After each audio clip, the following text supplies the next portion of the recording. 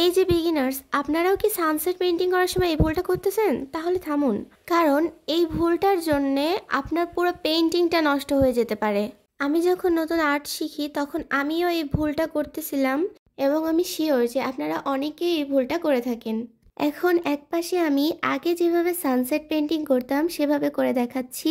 তো এখানে আমি প্রথমে ডার্ক ব্লু কালার দিছি এবং নিচের দিকে এসে ইয়েলো কালার দিছি। এখন এই দুইটা ব্লেন্ড করতেছি, দেখেন একদম পুরা গ্রিন কালার হয়ে গেছে। তো এটা কিন্তু রং, আমরা কিন্তু এখন থেকে এই কাজটা একদমই করব না। তাহলে চলেন সানসেট পেইন্টিং করার সঠিক প্রসেসটা দেখে নেওয়া যাক।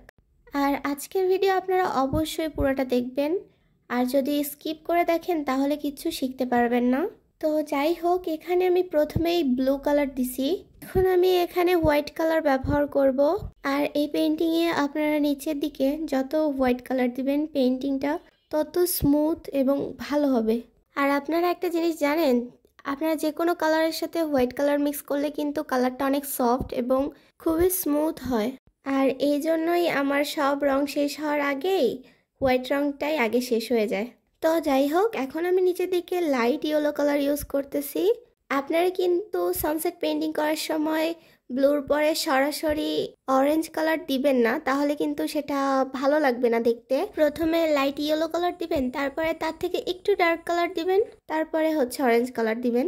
তো এখানেও আমি সেম প্রসেসে কালারগুলো ইউজ করছি এবং এখন আমি এগুলো ব্লেন্ড করে নিচ্ছি।